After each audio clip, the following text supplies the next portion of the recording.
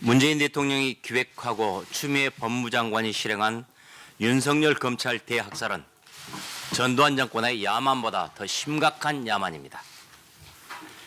문재인 정권의 범죄를 수사하는 검찰 핵심부를 권력이 통째로 드러내는 그 망동은 전두환 시절에도 없었습니다.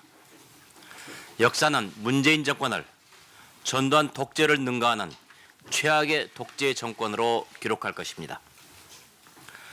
검찰 인사는 법무부 장관이 검찰총장과 협의해야 한다는 검찰청 법을 지키지 않은 권력은 윤석열 총장이 항명을 했다고 뒤집어 씌우고 있습니다.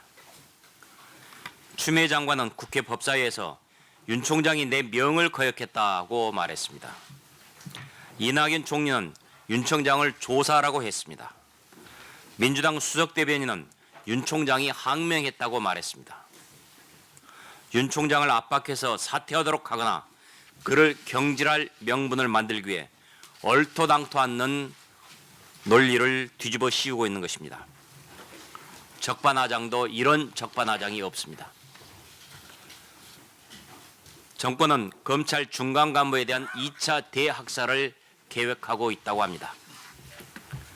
정권의 범죄를 수사해온 검사장급 검사들을 좌천시킨 데 이어 중간 간부급 검사들도 한직으로 내려보내겠다는 겁니다. 정권 범죄 수사를 흔적도 없이 날려버리겠다는 음모입니다. 문재인 정권은 검찰의 간부들을 친문 하수인 검사들로 채웠습니다. 앞으로 드러날 정권의 범죄를 아예 땅에 묻어버리기 위해 충견들로 검찰의 요직을 채운 것입니다. 문재인 대통령이 퇴임한 뒤에 드러날 가능성이 있는 대통령과 가족, 측근의 범죄를 암장하기 위해 권력이 아부하는 검사들로 채운 것입니다. 검찰의 중립성, 독립성을 망각한 이 검사들은 앞으로 세워질 공수처와 함께 문재인 정권의 범죄를 은폐하고 범죄를 저지른 권력자들을 보호하는 앞잡이 노릇을 할 것입니다. 존경하는 국민 여러분, 저들이 왜 망나니처럼 칼을 휘두르겠습니까? 우리 자유한국당은 오늘 청와대 앞에서 문재인 정권을 강력히 규탄하겠습니다.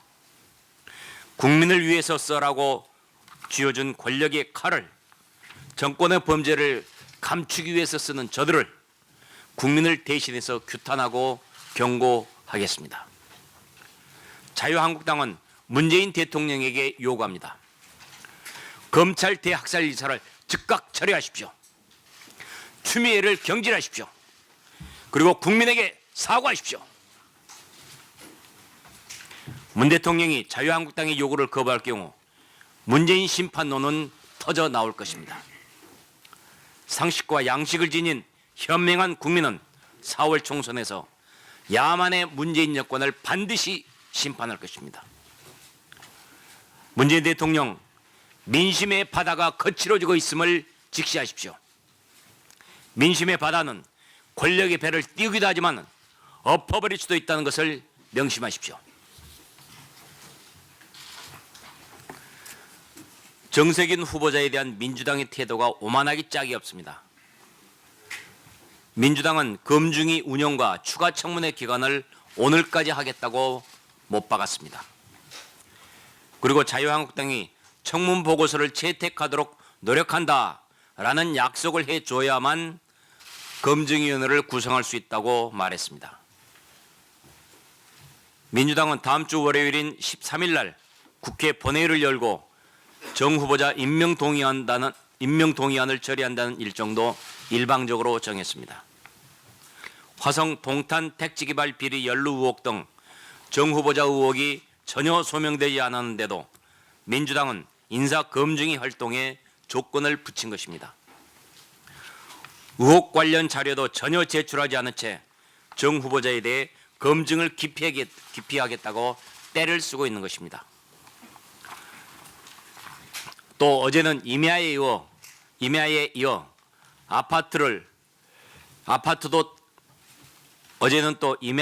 아파트도 다운 계약서를 작성했다는 새로운 의혹도 제기됐습니다.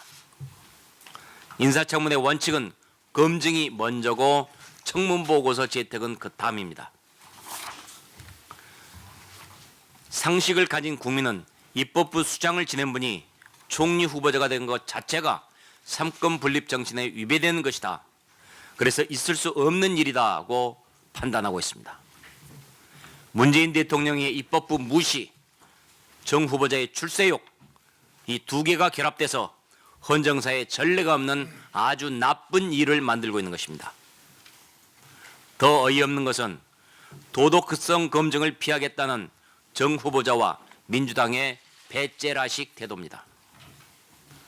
시간은 가고 있으니 버티면 된다는 뻔뻔한 태도입니다. 우리는 다시 한번 요구합니다. 민주당은 정 후보자 검증위원회 구성을 조건 없이 받아들여야 합니다.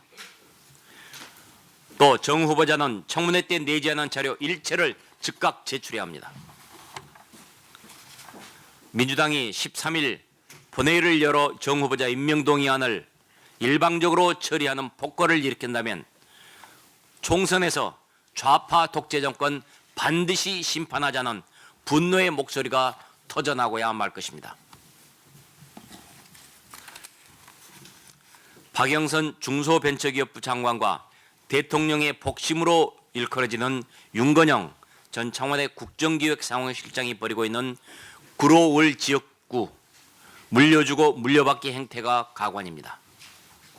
언론 보도에 따르면 지난 성탄절에 박 장관은 윤 전 실장과 함께 교회를 방문하고 이후에 구로구청장, 시구의원 10여 명 등과 오찬을 했습니다. 또 이달 1일에는 성당을 찾고 지역구 구의회 의장과 지역 인사들을 모아서 오찬을 했다고 합니다. 윤 전 실장이 청와대를 사퇴하기 전부터 공무원 신분을 가진 사람이 지역구 물려주기 물려받기를 공공연히 진행한 것입니다. 이는 명백한 선거법 위반입니다. 선거 중립 의무가 있는 현직 장관이 자리를 주선했다는 점, 그리고 선거운동을 할 수 없는 공무원 신분임에도 선거운동에 관여한 점, 이런 것들 모두가 선거법 제85조 공무원 등의 선거 관여 등 금지 조항 위반입니다. 또 있습니다. 박영선 장관의 지역 보좌관이 지역구 총선 예비 후보한테 전화해서 이번보다는 다음의 꿈을 가져보라 면서 사실상 불출마를 종용한 의혹도 언론에 보도됐습니다. 이것은 사실상의 후보 매수 행위로 선거법 제57조의 5 위반입니다. 이 선거법에 따르면 공무원의 선거운동은 5년 이하의 징역 또는 2천만 원 이하의 벌금에 처하도록 되어 있고 후보 매수는 5년 이하 징역 또는 3천만 원 이하 벌금에 처하게 되어 있습니다. 박영선, 윤건영의 지역구 거래는 정권 실세들의 무소불위 권력 남용을 보여주는 현주소입니다. 심지어 대통령까지 나서서 자신의 목심 윤건영 실장에게 힘을 실어주는 행사를 가졌습니다. 총선 예비후보 등록이 시작되는 지난해 12월 17일 대통령은 윤 전 실장을 대동하고 박영선 장관 지역구에 있는 구로 디지털 단지를 방문해서 직장인들과 오찬을 하기도 했습니다. 수상한 냄새가 나도 너무 심하게 납니다. 우리 당은 이 같은 구로울 커넥션에 대해 박 장관과 윤 전 실장은 선거법 위반으로 고발할 것입니다. 선관위와 검찰은 신속히 수사에 착수할 것을 촉구합니다.